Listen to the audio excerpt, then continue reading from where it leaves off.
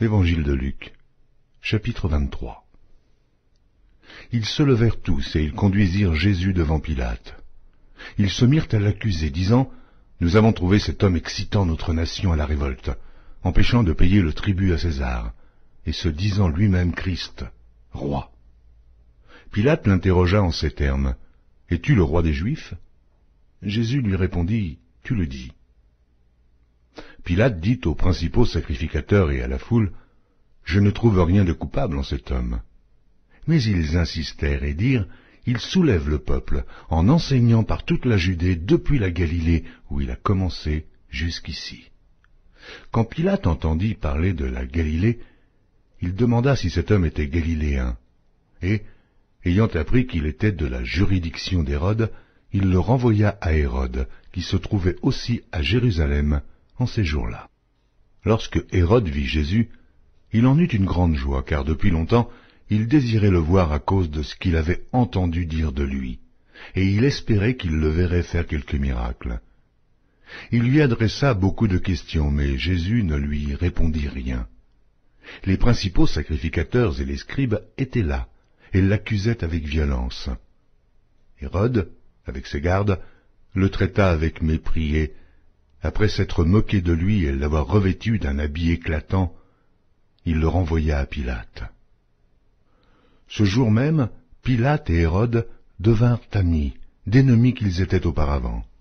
Pilate, ayant assemblé les principaux sacrificateurs, les magistrats et le peuple, leur dit « Vous m'avez amené cet homme comme excitant le peuple à la révolte, et voici, je l'ai interrogé devant vous, et je ne l'ai trouvé coupable d'aucune des choses dont vous l'accusez. Hérode non plus, car il nous l'a renvoyé, et voici, cet homme n'a rien fait qui soit digne de mort. Je le relâcherai donc après l'avoir fait battre de verge. » À chaque fête, il était obligé de leur relâcher un prisonnier. Ils s'écrièrent tous ensemble « Fais mourir celui-ci, et relâche-nous Barabbas. » Cet homme avait été mis en prison pour une sédition qui avait eu lieu dans la ville et pour un meurtre. Pilate leur parla de nouveau dans l'intention de relâcher Jésus. Et ils crièrent « Crucifie, crucifie-le » Pilate leur dit pour la troisième fois « Quel mal a-t-il fait? Je n'ai rien trouvé en lui qui mérite la mort. Je le relâcherai donc après l'avoir fait battre de verge. » Mais ils insistèrent à grands cris, demandant qu'il fût crucifié, et leurs cris l'emportèrent. Pilate prononça que ce qu'ils demandaient serait fait. Il relâcha celui qui avait été mis en prison pour sédition et pour meurtre, et qu'il réclamait, et il livra Jésus à leur volonté. Comme ils l'emmenaient, ils prirent un certain Simon de Cyrène, qui revenait des champs, et ils le chargèrent de la croix pour qu'il la porte derrière Jésus. Il était suivi d'une grande multitude des gens du peuple et de femmes qui se frappaient la poitrine et se lamentaient sur lui. Jésus se tourna vers elle et dit « Filles de Jérusalem, ne pleurez pas sur moi, mais pleurez sur vous et sur vos enfants. Car voici, des jours viendront où l'on dira « Heureuses les stériles, heureuses les entrailles qui n'ont point enfanté, et les mamelles qui n'ont point allaité. » Alors, ils se mettront à dire aux montagnes, « Tombez sur nous, et aux collines, couvrez-nous, car, si l'on fait ces choses au bois vert, qu'arrivera-t-il au bois sec ?» On conduisait en même temps 2 malfaiteurs, qui devaient être mis à mort avec Jésus. Lorsqu'ils furent arrivés au lieu appelé Crâne, ils le crucifièrent là, ainsi que les 2 malfaiteurs, l'un à droite, l'autre à gauche. Jésus dit, « Père, pardonne-leur, car ils ne savent ce qu'ils font. » Ils se partagèrent ses vêtements en tirant au sort. Le peuple se tenait là et regardait.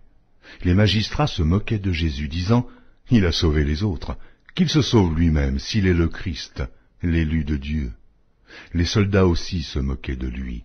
S'approchant et lui présentant du vinaigre, il disait « Si tu es le roi des Juifs, sauve-toi toi-même. » Il y avait au-dessus de lui cette inscription « Celui-ci est le roi des Juifs. » L'un des malfaiteurs crucifiés l'injuriait, disant « N'es-tu pas le Christ?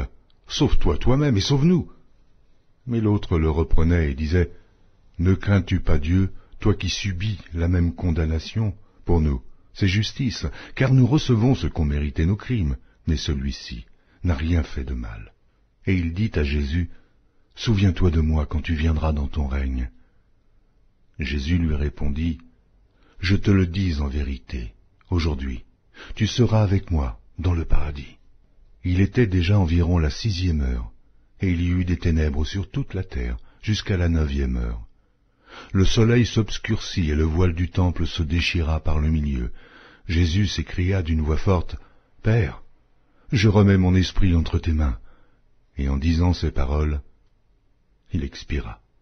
Le centenier, voyant ce qui était arrivé, glorifia Dieu et dit, « Certainement, cet homme était juste. » Et tous ceux qui assistaient en foule à ce spectacle, après avoir vu ce qui était arrivé, s'en retournèrent, se frappant la poitrine. Tous ceux de la connaissance de Jésus et les femmes qui l'avaient accompagné depuis la Galilée se tenaient dans l'éloignement et regardaient ce qui se passait.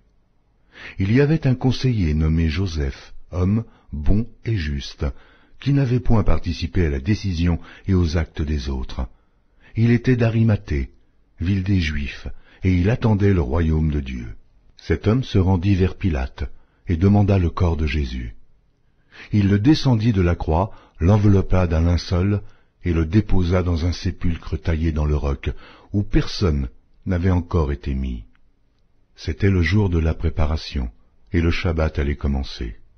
Les femmes qui étaient venues de la Galilée avec Jésus accompagnèrent Joseph, virent le sépulcre et la manière dont le corps de Jésus y fut déposé, et, s'en étant retournées, elles préparèrent des aromates et des parfums, puis elles se reposèrent, le jour du Shabbat, selon la loi.